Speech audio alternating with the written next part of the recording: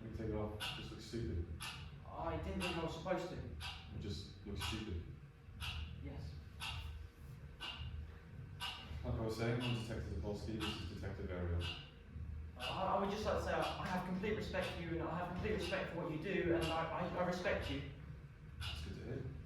You know, I'm not like some of these people. Some of these, what? I don't know. You know, these people that have no respect for the police, and I've never been in trouble with the police in my life, and Never been in trouble until now, you mean?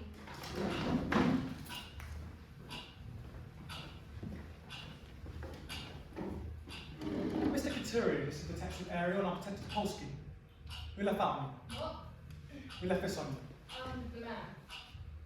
Why do you take it off? It just looks stupid. Didn't think I was supposed to. Well, it just looks stupid. Yeah. Well, like I was saying, this is Detective Ariel and I'm Detective Polsky. Well, the main thing I want to say is I have complete respect for you and for what you do. And I'm glad to have you in any way I can. I have complete respect. It's good to hear. I'm not like some of these, you know, Somebody's what? some of these types of people who have no respect for the police. I've never been in trouble with the police in my life, and I never been in trouble until now, you mean? Mr. Katuri, this is Detective Ariel and I'm Detective Polsky. We left that on you. What? We left this on you. The man? Why do you take it off? It just looks stupid. I didn't think I was supposed to. Well, it just looks stupid. Yes. Well, like I was saying, this is Detective Ariel and I'm Detective Polsky. I would just like to say I have complete respect for you and for what you do, and yeah, I have complete respect. It's good to hear. I'm not like some of these, you know, Somebody's what? these people that, you know, have no respect for the police, and I've never been in trouble with the police in my life. Never been in trouble until now, you mean? Repeating myself. Never been in trouble with the police until now, you mean? I'm in trouble with the police. What else are you doing here? I was helping you with your inquiries, I thought. So we're friends of yours, like we took you here like it's a social visit, like we're friends of yours. No, you're not friends of mine. You had your rights read. You were taking out your own home. You had a fucking blindfold on. Do you think we do this to our good fucking friends? No, we're not friends. But by the same side, I hope we're not enemies. I'm going to hit you so hard in the fucking head. What, am I mumbling? No, you're not mumbling. You're quite clear. Yeah, I didn't think I was mumbling. No, you don't have to. Oh. Oh. You will answer everything we want you to. I said There was never a question, you will answer everything we want you to. There was a question, how much are you going to make us fuck you up in the meantime, was what the question was. I'm going to try and make you not fuck me up at all. I said I'd answer everything you wanted me to. It's a start, isn't it?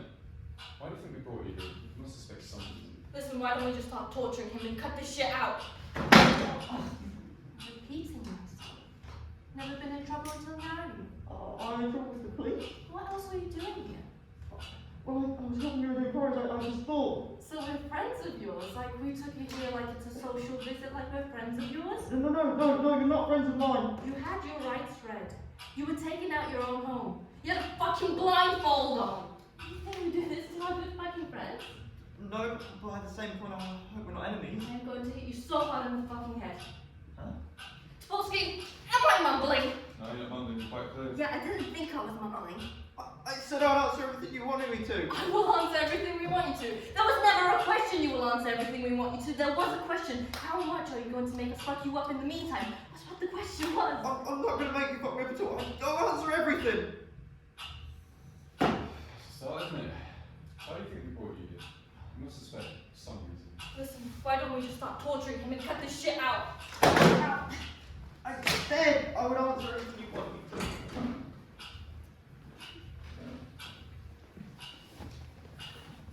Who's number one on this case, Ariel? Will you, huh? Exactly. Don't listen to her. Anyway, why do you suspect we brought you here? I've been racking my brains, but I can't think. You've been racking your brains, but you can't think. No. Well, yes or no? Yes. Huh?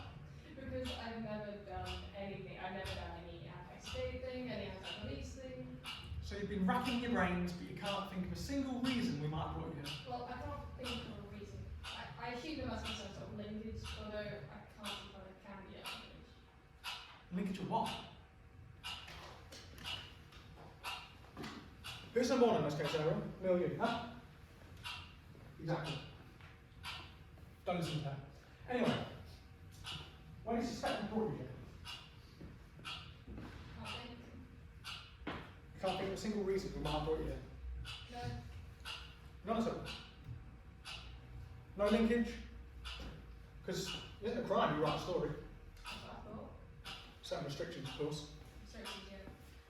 Security of state, security of whatever. What do you call them restrictions? Restrictions, guidelines. Yeah, I call them guidelines. Yeah, it's following the right guidelines, security of state. It isn't a crime, you write a story. That's what I thought, and that's the whole thing. What's the whole thing? You hear these stories, the government's all this, the police are all this, you know what I mean?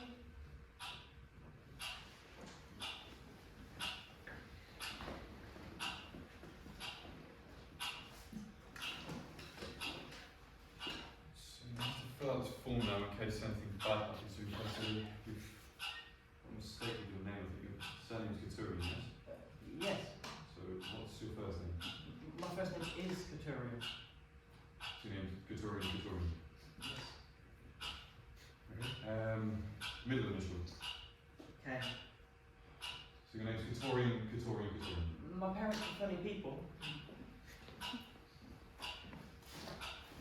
We've got a mistake with your name. I think your first name's Couturier, yes? Yes. So what's your second name? My second name is Couturier. So your name's Couturier. Yes. Middle initial. Okay. So your name's Couturier. My parents are funny people. Your address is Cavendish 4443, yes? Yes. Which you share with My brother, Mikhail. It's not fucking Couturier. He's back with you, brother, yeah? He's not backwards, no. He's just slow to get things. Oh, he's supposed to get things, okay. Next of kin. My brother, Mikhail. Next of kin. Just formalities, Couturier. You know what I mean? Place of work. The Cavendish Abattoir. It's right. It's not bad. You like your work there? No, but it's not bad. But you have animals? No, I don't cut stuff. I just clear it. Oh, you don't cut stuff, you just clear it. Yes. I see. I don't cut stuff. I just clear it. You just clear it. You don't cut it. Yeah. I see. There wasn't actually a form in case anything bad happened to you. I was just fucking around. So what was it? It was a piece of paper I was about to tear into. Let's have a look. Here we are, the Little Apple Man.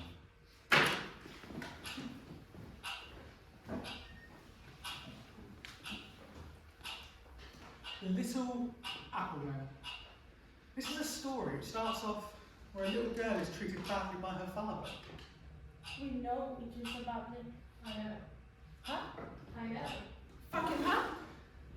Ariel's getting a bit greedy because, well, we can draw our own conclusions.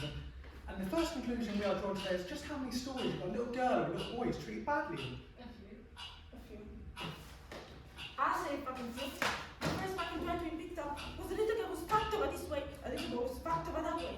Well, that isn't saying anything. I'm not trying to say anything. You know what? What? Not what? What? Are you trying to say that I'm trying to say that the children represent something? I'm trying to say. That the children represent people or something? I'm trying to say let alone to our own fucking conclusions. We can't even speak now. This fucking man. Put your fucking hands down!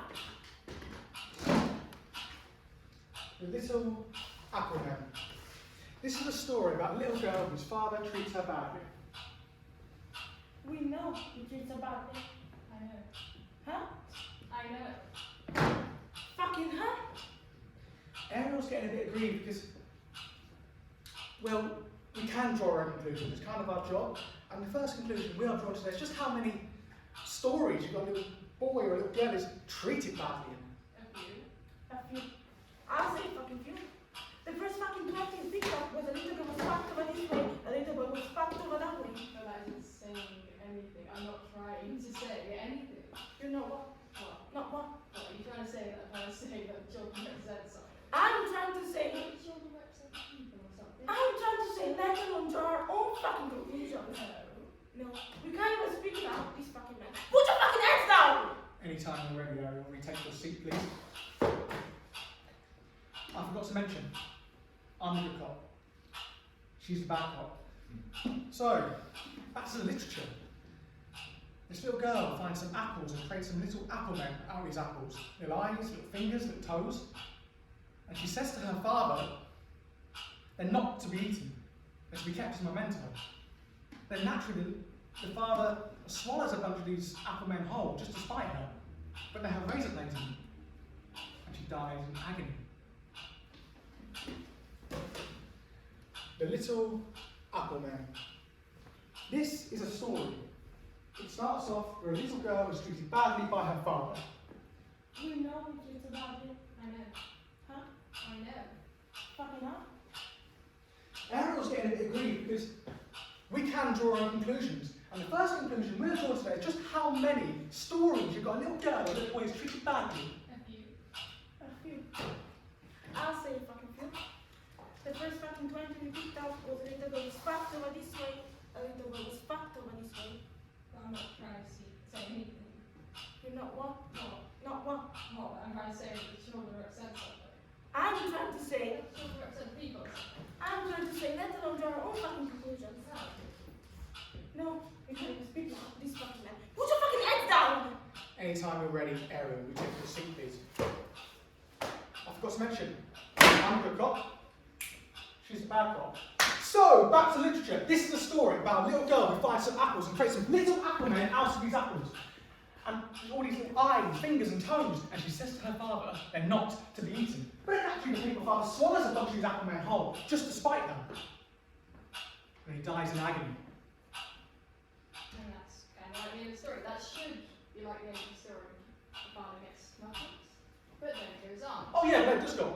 Late at night, a girl is laying there in her bed, a number of apple men are walking along her chest, they open their mouth and they say to her,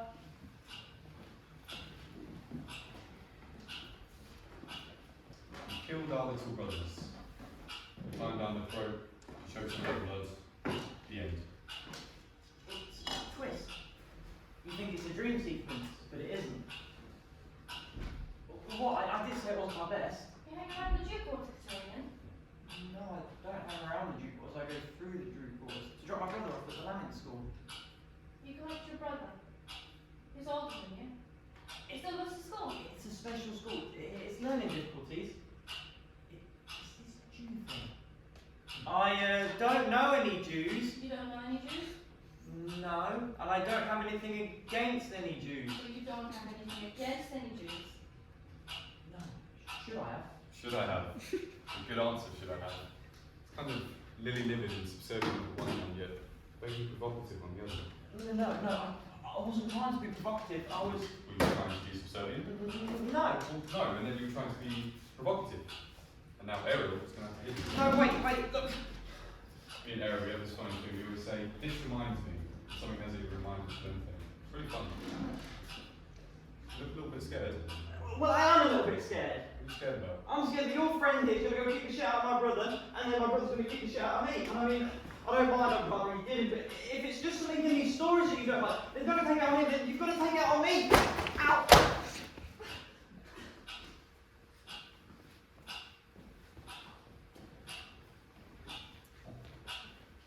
No, Godwin, are you kidding? I'm not trying to say anything. That's the whole thing. I know, the whole thing of storyteller is to blah blah blah, the free exhibit crossroads. There's children in them, it's incidental. If there's politics in it, it's incidental. It's accidental.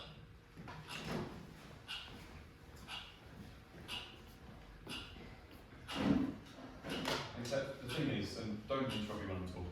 No, If I say something, or if I go outright and No, say I something, am sorry. and you're fucking doing it again. Did I say something, or did I go outright and look with my eyes like say, go ahead and say something? No. See?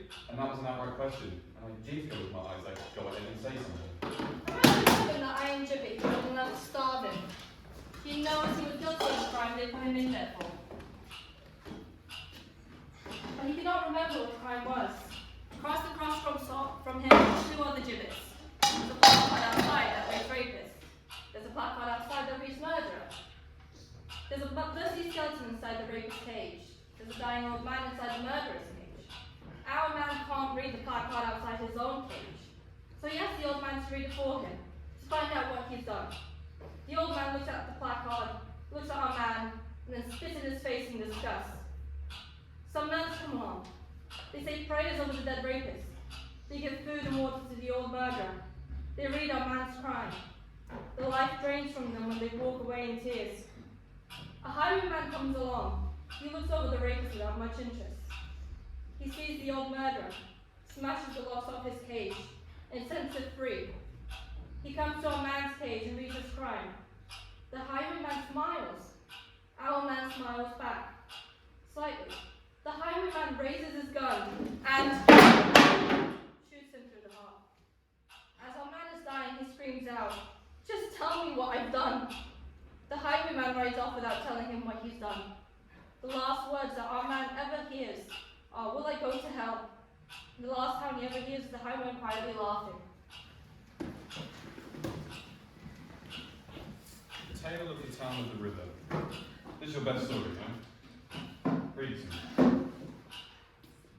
The whole of it. The whole of it. Standing. Once upon a time, in a tiny cobbled street in town on the banks of a fast-flowing river, there lived a little boy who did not get along with the other children. They picked on him and bullied him because he was poor and his parents were drunkards, and his clothes were rags and he walked around barefoot.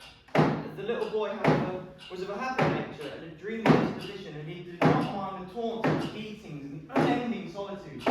He knew that he was kind and hearted and full of love, and that someday someone somewhere would see this love inside him and repay him in kind. Then one night, as he sat nursing his newest bruises at the foot of the wooden bridge that crossed the river and led down, he heard the approach of a horse and a cart along a dark cobbled street. As it neared, he saw that its driver was dressed in the darkest of robes, with a black hood which bathed his scraggly old face in a shadow that shivered down the boy's little spine.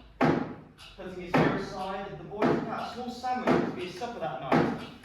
And just as the cart was about to pass over the bridge, he offered it up to the hooded driver to see if he would like some. The cart stopped. The driver nodded, got down and sat beside the little boy for a while, sharing the sandwich and discussing this and that.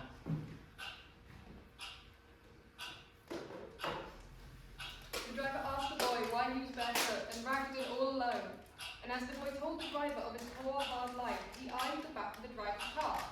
It was piled high with small empty animal cages, all foul-smelling and dirt-like, and just as the boy was about to ask what kind of animals it was that had been inside them, the driver stood up and announced that he had to be on his way. "But before I go," the driver whispered, "because you have been so kindly to an old weary traveller in offering half of your already meagre portions, I would like to give you something now, the worth of which today you may not realise, but one day, when you are a little older perhaps, I think you will truly value and thank me for. Now, close your eyes." And so the little boy did what he was told and closed his eyes, and from a secret inner pocket of his robe, the driver pulled out a long, sharp and shiny axe, raised it high in the air and brought it sidling down onto the boy's right foot, severing all 5 of his muddy little toes. And as the little boy sat there in gaping silent shock, staring blankly off into the distance at nothing in particular, the driver gathered up his muddy toes and tossed them away to the gap of grass that had begun to gather in the gutters, got back onto his cart, and quietly rode on over the bridge, leaving the boy, the rats, and the river, and the darkening town of Hamlet far behind him.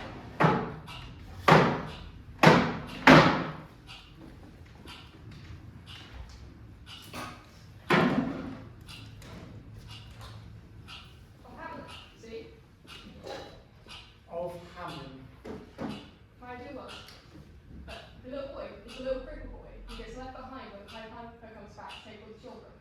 It was a twist. It was a twist, yeah. The Pied Piper took all the children. It was the children he was after. It was the children the Pied Piper was after in the first place. My idea was, he knew that the townspeople wouldn't pay. He knew the townspeople wouldn't pay, so it was the children he was after in the first place.